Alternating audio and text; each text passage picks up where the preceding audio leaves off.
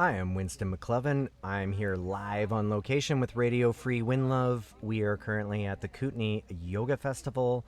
I am here with Andrea Fox. Andrea, Yeah, nice to meet you. thanks. Welcome. Thank you. Yeah, Fox is my nature name, and typically I have an easier time remembering those. So, do you have one as well? Well, my nature name is my name, Trevor. Trevor, I like it. Yeah.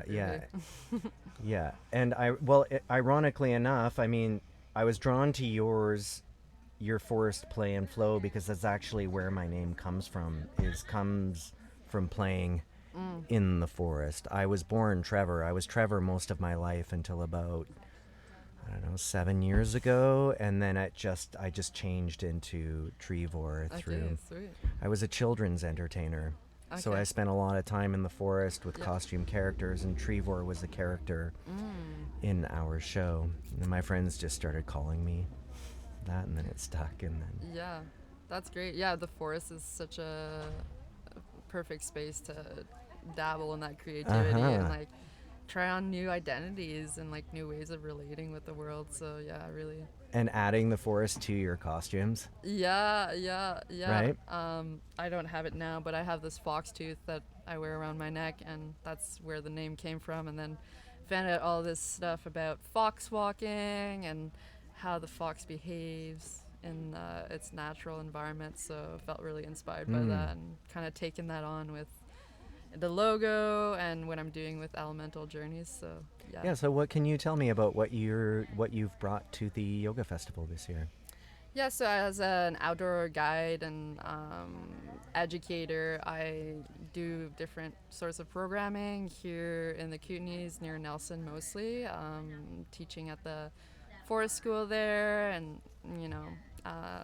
taking kiddos out on these forest adventures and exploration so they can connect better with the natural world and also connect with themselves and be a part of a community. And then kind of realizing or noticing how that felt to me to be in nature with kids, and kind of nurture that kids mindset, or like having that open heart to seeing what is happening in nature. So slowly started developing programming for adults, and now doing groups or one-on-one sessions where I take out people in nature and help them explore different issues or things that they're working on, and then also opening them up to the magic and the awe, the wonder that you find in nature. And that's mostly in slowing down and just becoming aware and opening your senses to what is happening around you. And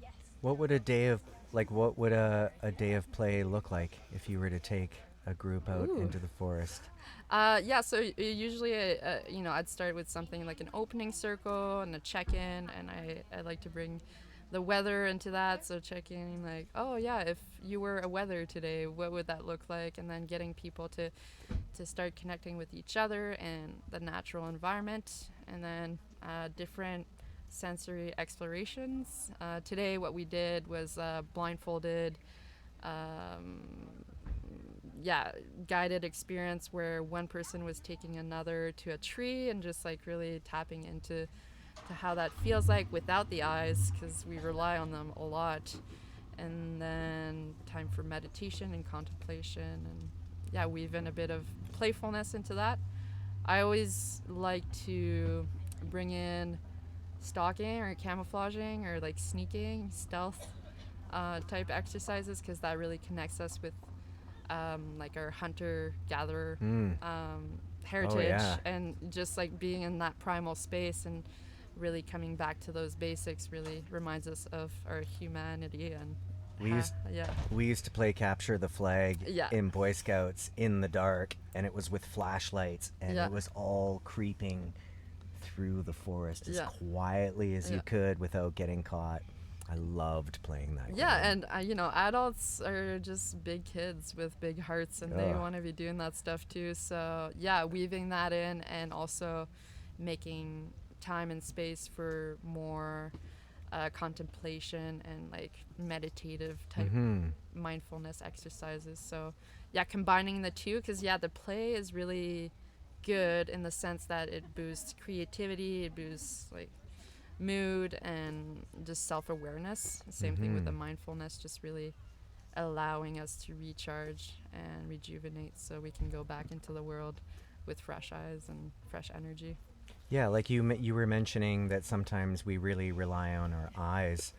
Do you feel that when you started going into it that you started to like really paying attention to your other senses more, to experience nature through your other senses? Yeah, I think when you take away the eyes, then you have less awareness of what's happening, and that forces you to really look for those cues, whether that's the sounds or sensations or just that proprioception that happens when you're just like positioning yourself in a given space.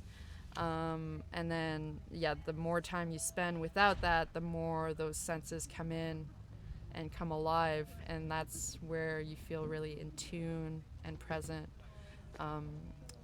when you can really sink into that experience fully and kind of forget about other distractions or what's going on. So, it's a cool exercise. And then what was fun is that we went and did a bit of a silent, more stillness practice, and then bringing people back with the drum with their eyes blindfolded as the ultimate test. Yeah, awesome. So kind of scaffolding on those experiences and just seeing how far we can go. And it just really helps you sink in that moment and be present, and we need more of that because we're just always in our minds and thinking about what we're gonna cook for dinner, or like what the traffic's gonna be like, or like the project we have due with work. So just being able to kind of bring it back to what's happening in the now is really good practice for people. Yeah, for sure. Like, it's one thing that takes me back to like teaching children that, like hearing that you work with children. That's a really important lesson for children to learn, because it's something that I didn't learn in public school growing up in BC. What are some, like, did you have outdoor play experiences as a child yourself? I mean, I lived out on the East Coast, and it was kind of interesting because it was a mix of suburbs and like rural places, like where I lived. And the wildest place I was in New Brunswick, and I had a whole forest behind me, and there's like deer and all these like birds, and we had a gang of they called themselves the Lost Boys, but anyways, we just go like in the bush and like build shelter and fire and whittle with knives, and like those are the best memories that I have of my childhood. And then when I was in the suburban context, I always had this like way of finding these nooks and these pockets of wilderness within the city. Yeah. And I think a lot of people forget that, especially in the Kootenays, we want that epic wow, like I'm going to Gimli, or I'm gonna go do this epic traverse. But if you just go outside and you really take the time to see the beauty, then you can still have this wilderness come to you through that. So offering walks in Nelson at Mountain Station is part of that experiment, where nearby nature becomes like just a way to resource and something more accessible that can easily be achieved by anyone. So inviting you to join one if you'd like. It sounds like sounds like fun for sure.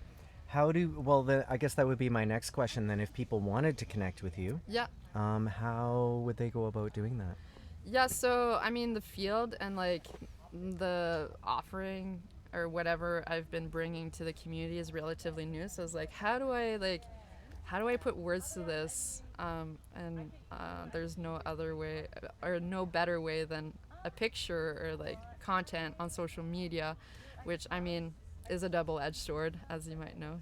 It can be either like take us away from the moment or like help us build connection and community. So I decided to start a page on Facebook, just plain and easy, with different walks that I've done, or like just pictures and content that kind of give an idea of what it is that I do, and then it just makes it easier to connect through events. And liking or sharing the page just allows for more people to know about it. And yeah, usually I'll just post online if there's events coming up and things like that, or poster around town. Yep. I love that as well, like good old paper poster. Yeah. Created conversations with people in the community. What is your so if somebody were to find you on Facebook, where would they find you? The best way would just be to look up Elemental Journeys. Elemental Journeys. Yeah. I recently, my friend just made this logo, which is pretty sweet. So if people see that on posters, it's a good reference as well. And adult programming, one-on-one sessions. I also do hypnotherapy and trance work, so working with the subconscious mind in a similar way, where you go out in nature and you kind of like really tap into that inner knowing or that inner wisdom, letting the elements or nature speak through us. And kids program as well, working with the forest path from time to time. So yeah, different offerings and something for everyone. Amazing. Yeah, thank you. Yeah, well, thank you so much for chatting with me today. It was appreciate it. Yeah. Trevor. Yeah. Oh. Some people call me Trevor, and I'm like, no, it's not Trevor. It's like almost like a carnivore, omnivore, like a trevor. Trevor. Well, where it came from, it was a 5-year-old Filipino boy. It was my daughter's friend in kindergarten. I used to pick her up from school every day. Yeah. And little Chad just walks up to me one day, and he's like, Calls you that, yeah. He's like, hi, my name's Chad. What's your name? And I'm like, my name's Trevor. And he's like, hi, Trevor.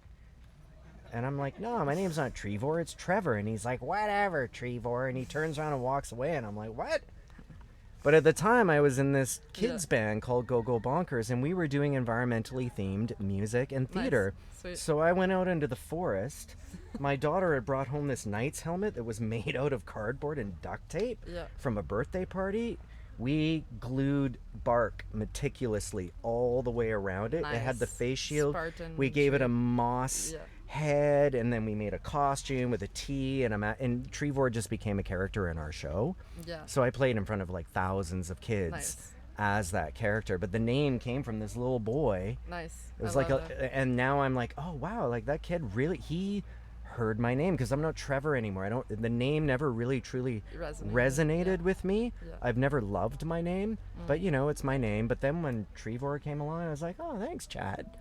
Yeah. Little 5-year-old is like, it was like amazing. Connecting the dots. Yeah, exactly, right? Sweet. Yeah. Yeah, amazing. Well, see you in the forest sometime. We'll see you in the forest sometime. Yeah. Yeah. Until then. Until then. Okay, cool. Thank you. Oh. I'm Winston McLovin, Radio Free Winlove, Kootenay Yoga Festival. We are having the best time here today.